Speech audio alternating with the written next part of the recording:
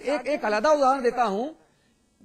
हमारे देश में पूर्व थल सेना अध्यक्ष जनरल वीके सिंह साहब, उनकी आयु सीमा पर जिस तरह का विवाद हुआ, प्रधानमंत्री कार्यालय से लेकर गृह मंत्रालय तक और सड़कों तक, 1950 है कि 1951 है, बाद में उनका हाई स्कूल का सर्टिफिकेट ही माना गया, वो इतना बड़ा विवाद हुआ। इसमें भी हम तमाम तरह के विवाद खड़े कर रहे हैं। सरकार उसमें दूसरा टर्न ले रही थी, आज सरकार दूसरा टर्न ले रही है। सवाल तो यही बड़ा है कि आखिरकार ऐसे जघन्य अपराधियों को हम कब तक संरक्षण देते रहेंगे और क्यों देते रहेंगे? प्रदीप माथुर साहब, देखिए, अभी मैंने आपकी चर्चा सुनी। हाँ। मैं समझता हूं कि जिस तरह से आजकल समाज में ये जुवेनियल क्राइम्स हो रहे हैं, हाँ। इस पर सरकार को गौर करना चाहिए, हाँ। समाज को विचार विमर्श करना चाहिए और इस तरह के क्रिमिनल्स को बिल्कुल भी डिफेंड नहीं किया जाना चाहिए। हाँ। क्योंकि मैं आपकी इस बात से भी सहमत हूं कि 8, 9, 10 साल के बच्चे हों, वो क्राइम करें तो वो बच्चों का क्राइम माना जाता है, पर 14, 15, 16, 17, 18 साल के बच्चे इस तरह के हीनियस क्राइम करते हैं और इस तरह के हीनियस क्राइम समाज में बहुत बढ़ रहे हैं। तो हम भी इस बात में अपनी सहमति जताते हैं कि इसमें परिवर्तन होना चाहिए। जी, परिवर्तन बिल्कुल होना चाहिए, लेकिन मैं ये कानून इसलिए नहीं बनाया कि उन बच्चों को माफ कर दिया जाता है, उनको सुधार गृह में डाला जाता है, उनके लिए अलग बोर्ड बना है। ये उनको नॉर्मल क्रिमिनल के साथ एक नॉर्मल जेल में नहीं डाला जाता है, यही एक अंतर है। ये एक जो आप लोगों ने ये भूल की है कि उनको माफी मिल जाती है जुवेनाइल के। सुधार गृहों की स्थिति क्या है मधु जी, ये पता है आपको ना? सुधार गृहों की स्थितियां क्या हैं? वहां से बच्चे कितनी आराम से बाहर निकलते हैं, क्राइम करके फिर अंदर चले जाते हैं, उनका सुधार नहीं हो रहा है। मधु जी, अगर तो जेल से भी पॉलिटिशियंस बाहर निकलते हैं, मधु जी, वो तो आपको पता है कि मनु शर्मा भी जेल से बाहर निकलता है, तो उसका क्या मतलब कि हम जेल को खत्म थोड़ी कर सकते हैं? नहीं, हालात सुधार सकते हैं। जेल को ना बच्चों की जेल को या बाल सुधार गृह को खत्म करने की बात नहीं है मधु जी, उनके हालातों को सुधारने की जरूरत है, ताकि वहां पे बच्चे जो जाएं, जो अपराधियों की संगत में आकर गलत कर चुके हैं, हम उनको सुधार पाएं। मैं एक सवाल रखता हूं, एक सवाल रखता हूं मधु जी, एक मिनट। मधु जी, प्रदीप माथुर और महेंद्र सिंह जी, सबकी नजर इस सवाल पर मेरा मार्गदर्शन करो सब लोग भाई। एक आदमी ने अपराध किया, 18 साल 1 महीने पर हत्या कर दी, और दूसरे आदमी ने 18 साल पूरे होने में 10 दिन कम थे तब एक की हत्या कर दी। एक जाएगा सुधार गृह, दूसरे को मिलेगी फांसी। पहले उसको तो फांसी नहीं मिलेगी क्योंकि वो तो अभी वयस्क नहीं है, यानी 20 दिन के अंतर पर एक चढ़ गया फांसी तो और दूसरा सुधार गृह में है। मैं कहता हूं जब तक आप ये नहीं करोगे, अरे बच्चा तो बच्चा दिखता है भाई, सबको बच्चा मान लेंगे। मैंने उसकी मां से बात की जो दिल्ली की बच्ची थी, उसने कहा कि मेरी बेटी से सबसे ज्यादा दरिंदगी करने वाला अपराधी अदालत की नजर में बालिग नहीं है, जिसने घोर अत्याचार किया उस बच्ची के साथ। वो इसलिए मलाई खाएगा क्योंकि वो बालिग नहीं है, कागजों में बालिग नहीं है। उसका कारनामा बालिगों को शर्म ला दे, ऐसा कारनामा।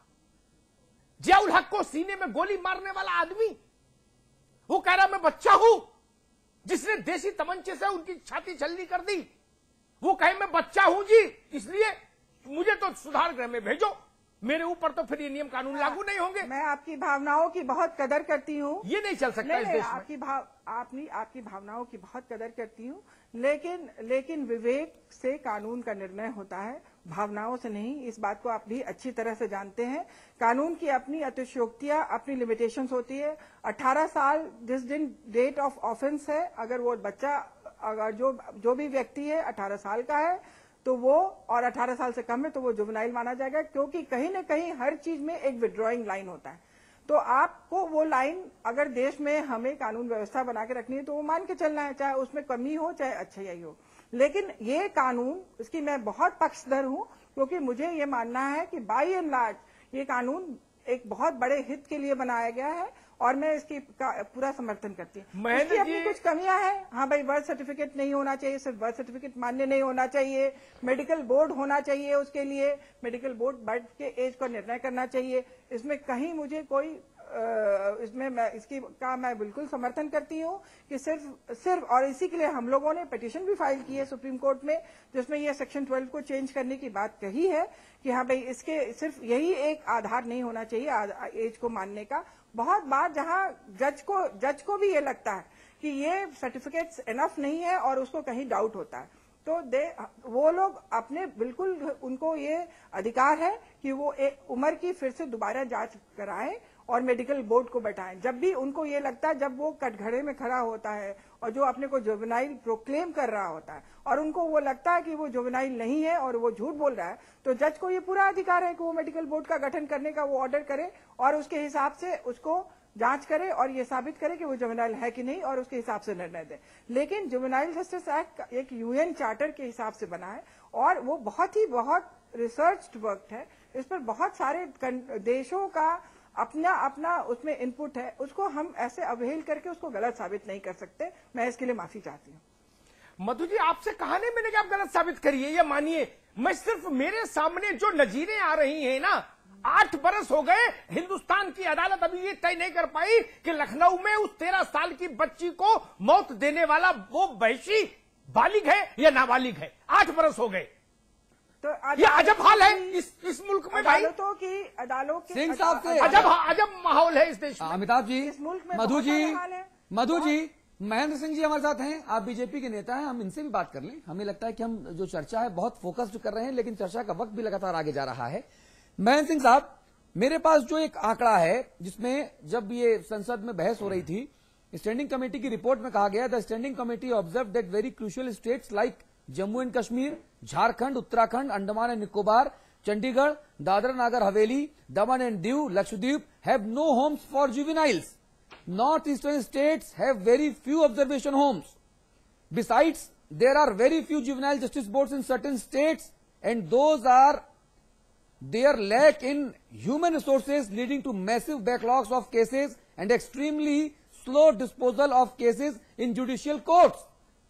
इस रिपोर्ट के बाद, इस कमेंट के बाद हम कैसे मान लें कि जो जुवेनाइल जस्टिस सिस्टम के तहत हम जुवेनाइल जो हैं अपराधी हैं, हम उनको भेजते हैं बाल सुधार गृहों में, वो सुधरेंगे?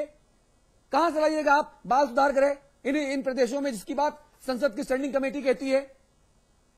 तो हम उनको बड़े अपराधियों के साथ रखेंगे? एक छोटा बच्चा जिसने पहली बार एक जेब कतरी की, उसको बाल सुधार गृह में रखा जाना चाहिए? वो बड़े कैदियों के साथ, जहां पे हत्यारे भी हैं, बलात्कारी भी हैं, उनके साथ बंद है। अब उसका सुधार होगा या उसका मूल्यांकन होगा? सिंह साहब, ये बताइए आप जरा मुझे, यही तो सवाल का मुद्दा है। नहीं, ये बहुत बड़ा मुद्दा है और मैं समझता हूं कि बहुत बड़े बदलाव की जरूरत है। जिन राज्यों का उल्लेख अभी आपने किया है, और भारत की अगर समीक्षा की जाए तो बहुत ज्यादा जो अपराध में बढ़ोतरी हुई है उसमें इन नौजवानों का हाथ दिखाई पड़ता है, जिनको हम लोग बालिग और नाबालिग के बीच में बातें कर रहे हैं। बहुत सारे ऐसे लोग हैं जो नाबालिग के नाम पर, आपने बताया अभी कि बहुत सारे लोग ऐसे हैं जो उसमें इन्वॉल्व हैं और नाबालिग के रूप में उनको बचाने की कोशिश होती है।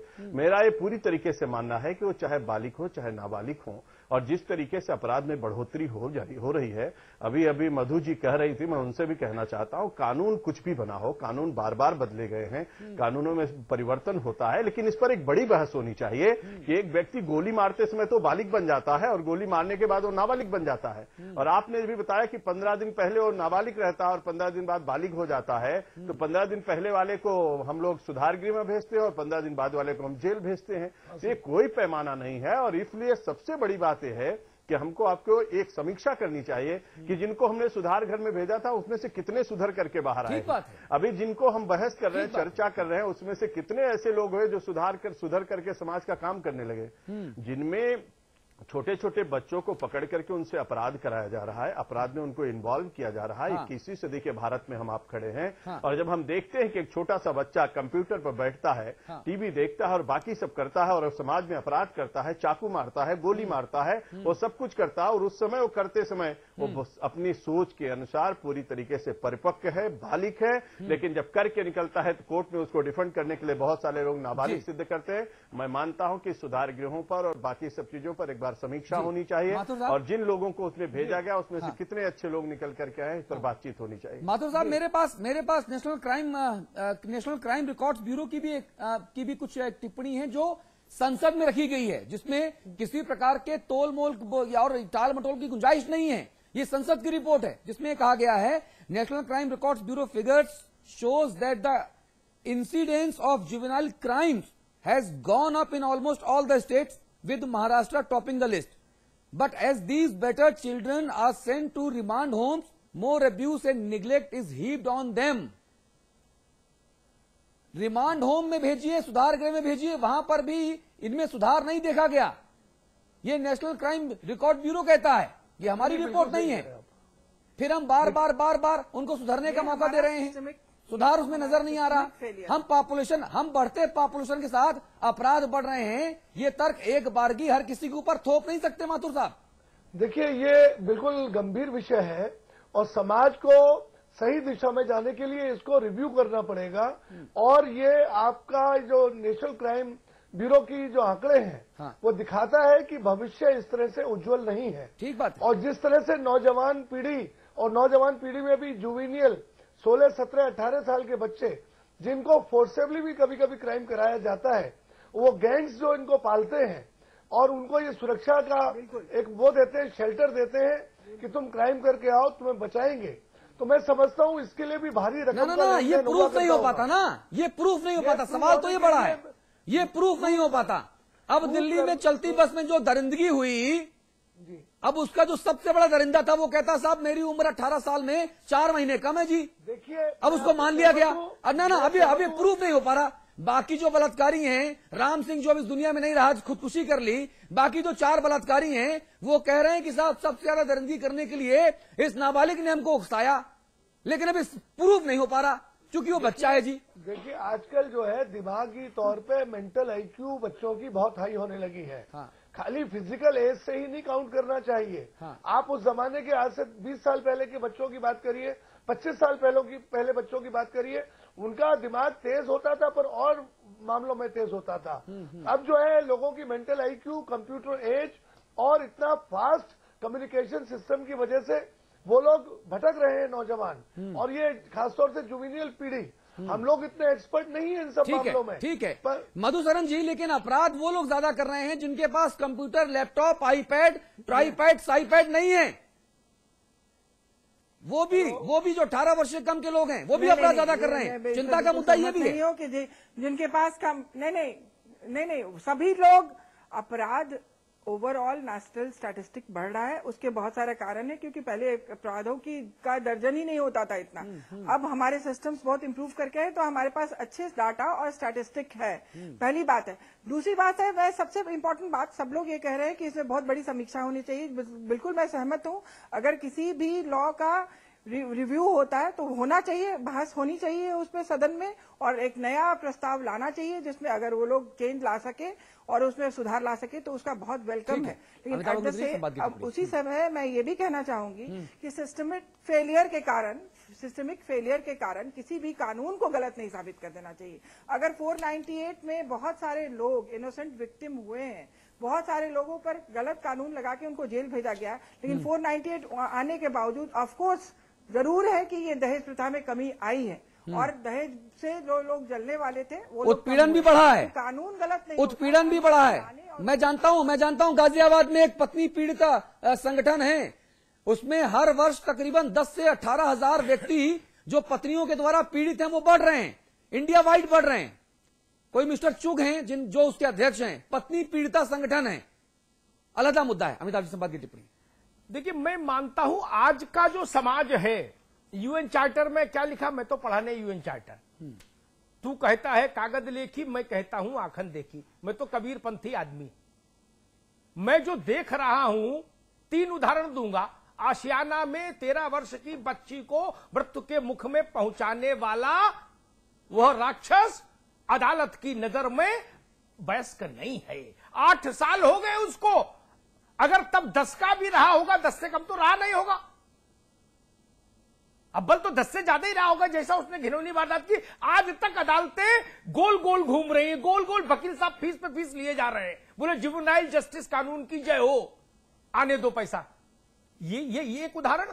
दिल्ली में जो हुआ, जिसने हमारा सर शर्म से झुका दिया विश्व भर में, उसका प्रमुख दरिंदा कहता है हुजूर मैं तो वयस्क नहीं हूं। वही तीसरी घटना, डीएसपी बाबर्दी डीएसपी, उसकी छाती छलनी कर दे, उसके दुस्साहस की सीमा पहचानिए। वो 16 का हो या 28 का हो।